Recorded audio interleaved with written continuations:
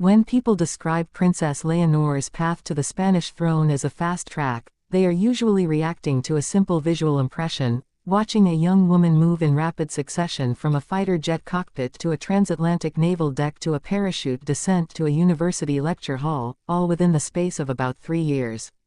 But the phrase deserves closer scrutiny, because what actually looks fast about Leonor's preparation is not the timeline to the crown itself, which remains entirely dependent on her father's lifespan and personal choices, but the sheer density of institutional credentialing that has been compressed into her early 20s. Understanding why that density exists, and what it is actually accomplishing, tells you something important about how the Spanish monarchy has learned to manage its own survival. Start with the baseline fact that often gets lost in the excitement over parachute badges and solo flights. King Felipe VI is 58 years old as of 2026, in good public health, actively traveling on state visits, and showing no indication whatsoever of abdicating in the near term.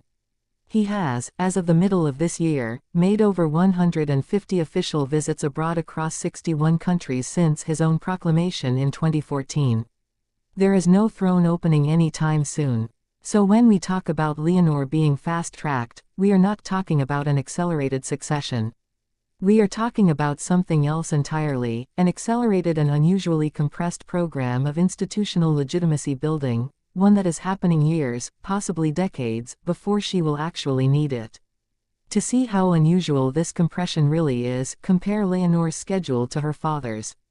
Felipe VI also passed through all 3 Spanish military academies, was commissioned as an officer in the Army, Navy, and Air Force, and was certified as a helicopter pilot, exactly the kind of tri-service credentialing his daughter is now completing. But Felipe's version of this process unfolded across 1985 to 1988, and it was only one thread in a much longer and more leisurely academic and professional apprenticeship that also included competing in the 1992 Olympics as a sailor, earning a law degree from the Autonomous University of Madrid in 1993, and then crossing the Atlantic to complete a master's degree in international relations at Georgetown University in 1995. By the time Felipe actually became king in 2014, he had spent nearly 3 full decades in visible public preparation, and he ascended at the age of 46, a fully formed, internationally experienced statesman by any reasonable measure. Leonor's timeline looks nothing like that, and this is the part that genuinely earns the fast-track label. She entered the General Military Academy in Zaragoza in August of 2023, and by July of 2026, a span of just 3 years, she had already rotated through all 3 service academies, spent 5 months at sea aboard the training ship Juan Sebastián del Cano, flown solo in a Pilatus PC-21 trainer, and become the first member of the Spanish royal family in history, ahead of both her father and her grandfather, to complete a military parachute jump. Then, rather than pausing, she moved almost immediately into a 4-year political science degree at Carlos III University in Getafe, set to begin in the autumn of 2026, while simultaneously continuing her institutional duties as heir to the throne. Where Felipe's preparation unfolded gradually, punctuated by long stretches of ordinary young adult life, Leonor's has been assembled with almost engineering-grade efficiency, each credential stacked immediately on top of the last, with essentially no gap for anything resembling an ordinary university experience. Or an ordinary young adulthood. Why would the Spanish royal household choose to compress the process this dramatically, when there is no imminent vacancy on the throne to justify the urgency? The most persuasive explanation has to do with the information environment Leonor is growing up in, which is categorically different from the one her father faced in the 1980s and 1990s. Felipe built his credibility slowly, in an era of print newspapers, state television, and a public that received royal news in a controlled, comparatively infrequent drip.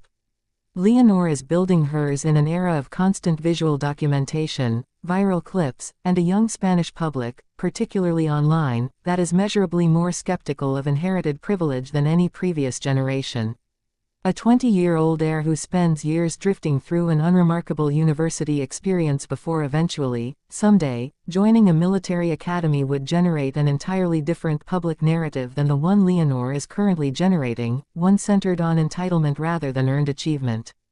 By front-loading the hardest, most visibly meritocratic credentials first, the parachute training, the solo flight, the naval deployment. Before she ever sets foot in a university lecture hall, the royal household appears to be deliberately inoculating her public image against the single most damaging criticism a hereditary monarch can face, the accusation that the position was simply handed to her. There is a comparative European angle here that sharpens the point further. Britain's Prince William attended university first, at St Andrews, and only afterward moved into a shorter, less exhaustive military commitment with the Royal Air Force, largely centered on search and rescue helicopter piloting rather than combat academy training across 3 separate services.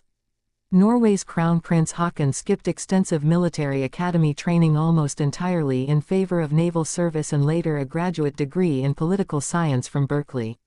Against that backdrop, Leonor's itinerary looks less like a natural evolution of European royal preparation and more like a specifically Spanish response to a specifically Spanish problem: the fact that the monarchy's restoration in 1975 and its continued legitimacy ever since has depended almost entirely on public perception of competence and neutrality rather than any deep well of unquestioned traditional deference. Spain's monarchy is younger, more fragile, and more contested, particularly in regions like Catalonia, than Britain's or Norway's.